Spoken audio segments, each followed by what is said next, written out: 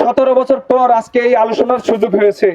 দীর্ঘ 17 বছর আমরা আপনাদের কাছে আসার ইচ্ছা ছিল, আমাদের ইচ্ছা ছিল আমাদের এলাকার, আমাদের পাড়া মহল্লার, আমাদের আত্মীয় স্বজন প্রতিবেশীদের সাথে কথা বলবো, কিন্তু একটি পেশিবাদী স্বৈরাচারী সরকারের জন্য আমরা দীর্ঘদিন আপনাদের কাছে আসতে পারিনি। আমাদের সেই সুযোগ থেকে বঞ্চিত রাখা হয়েছে। এখানে যারা আছে সবাই এই স্বৈরাচারী সরকার ধারা এক একজন এক এক ভাবে বিভিন্ন। হোসেন লিটন ভাই শ্রমিক দলের সভাপতি, উপজেলা শ্রমিক দলের, ওনার 2টা বাচ্চা মারা গেছে। উনি তখন কারাগারে ছিল, ওনার বাচ্চার জানাজা উনি পড়তে পারে নাই। এইভাবে সকলেই সকলের মতো করে নির্যাতিত। আর সুপ্রিম কোর্টের আইনজীবী অ্যাডভোকেট মিরাজ ভাই, উনিও ওনার মতো করে বিভিন্ন জায়গায় বিভিন্ন ভাবে আন্দোলন সংগ্রামে যোগদান করেছিলেন। সেই পরিপ্রেক্ষিতে স্বৈরাচারী পেশিবাদী হাসিনার দ্বারা নির্যাতিত হয়েছিলেন। আগামী রাষ্ট্রনায়ক জনাব তারেক রহমান দেশ গড়ার পরিকল্পনা নিয়ে কিছু উদ্যোগ নিয়েছেন, 31 দফা। এর ভিতরে উল্লেখযোগ্য যে দফাগুলা, সেগুলো হচ্ছে আমাদের জনজীবনে উন্নয়নের জন্য, একজন নাগরিকের মৌলিক চাহিদার জন্য যে যে ধরনের উন্নয়নগুলো করার প্রয়োজন, সেই পরিপ্রেক্ষিতে কিছু এর মধ্যে উল্লেখযোগ্য হয়েছে ফ্যামিলি কার্ড। ফ্যামিলি কার্ড হচ্ছে এমন একটি জিনিস যেটা আমাদের এখানে যারা আছেন মা বোনেরা, আপনারা সকলেই সমাজের অত্যন্ত গুরুত্বপূর্ণ একজন ব্যক্তি।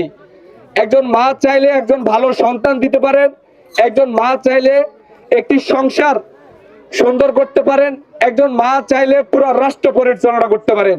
বাংলাদেশে, বিশেষ করে বাংলাদেশের এই পটভূমিতে নারীদের ভূমিকা অসীম। আমাদের বেগম খালেদা জিয়া একজন নারী হয়েও আপোষহীনতার সাথে তিনবার রাষ্ট্র পরিচালনা করেছিলেন এবং রাষ্ট্রের প্রত্যেক স্তরের মানুষের কাছে তিনি জনপ্রিয়তা কুড়িয়েছেন। তাই ফ্যামিলি কার্ড নিয়ে আমি আপনাদের সামনে কথা বলবো।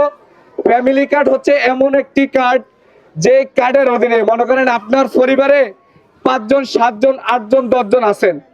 আপনাদের এই পরিবারে মনে করেন আপনার সন্তান আছে, স্বামী আছে, বাচ্চা আছে, সবাইকে নিয়ে 7-8 জন একটি পরিবার। এই পরিবারে যিনি মহিলা, যিনি প্রধান, ওনার নামে যদি ইনশাল্লাহ আগামীতে বিএনপি ক্ষমতায় আসে বা আপনাদের ভোটে সরকার গঠন করার সুযোগ পায়, তাহলে আপনাদেরকে ফ্যামিলি কার্ড করে দিবে।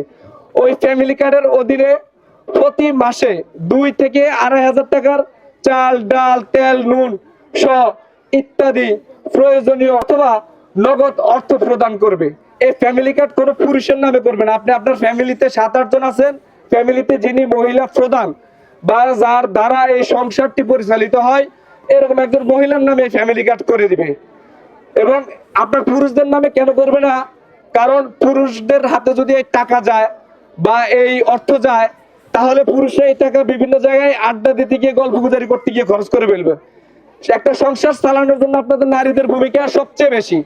তাই তারেক রহমান আপনাদের নারীদেরকে নিয়ে এই পরিকল্পনা সাজিয়েছেন এবং এর মাধ্যমে নারী ক্ষমতায়ন বাড়বে। নারীদের আরো যে ধরনের প্রয়োজনীয় জিনিস, নিজেদের ব্যক্তিগত বিভিন্ন প্রয়োজন, সেগুলো এই অর্থ সংস্থার মাধ্যমে আপনারা ফিল আপ করতে পারবেন। এর পাশাপাশি যারা কৃষি কাজ করে, তাদের জন্য কৃষি কার্ড করে দিবে আমাদের দল থেকে, যদি বিএনপি ক্ষমতায় আসে বা রাষ্ট্র গঠন করে। কে কৃষি কার্ডের অধীনে আপনার নামে যদি যারা কৃষিকাজ করে তার নামে যদি কৃষি কার্ড থাকে, এই কৃষি কার্ডের অধীনে আপনাকে কৃষিকাজ করার জন্য যে ধরনের প্রয়োজন, যেমন কীটনাশক, বীজ, সার ইত্যাদি, এগুলো বিনামূল্যে আপনাদেরকে সরবরাহ করবে এবং ন্যায্য মূল্যে আপনারা যেন কৃষি পণ্য বিক্রি করতে পারেন সে সুযোগ করে দিবে। এর পাশাপাশি আপনাদের যারা কৃষিকাজ করেন, কৃষিকাজ করতে গেলে যে অর্থ সহায়তা, কৃষি ব্যাংকের মাধ্যমে আপনি সহজে কৃষি লোন নিতে পারবেন এবং কৃষি অর্থ সহায়তা পারবেন। এবং আপনাদেরকে আমাদের মেজর অবসরপ্রাপ্ত হাফিজউদ্দিন আহমেদ স্যার আশ্বস্ত করেছেন, যারা ভূমিহীন মানুষ তাদেরকে চরে বিনামূল্যে কৃষি জমি প্রদান করবেন।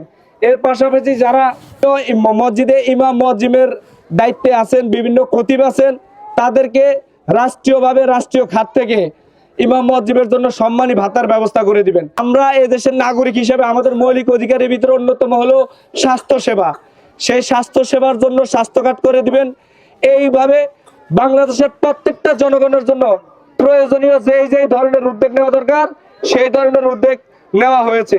তাই আপনাদের সকলের কাছে অনুরোধ রইল, আগামী ত্রয়োদশ জাতীয় সংসদ নির্বাচনে আপনারা সকলে ধানের শীষের পক্ষে ভোট দিয়ে আপনাদের জন উন্নয়নের কাজ করার সুযোগ করে দিবেন। আপনাদের নিয়ে যে পরিকল্পনা করেছে সেই পরিকল্পনা বাস্তবায়ন করার সুযোগ করে দিবেন।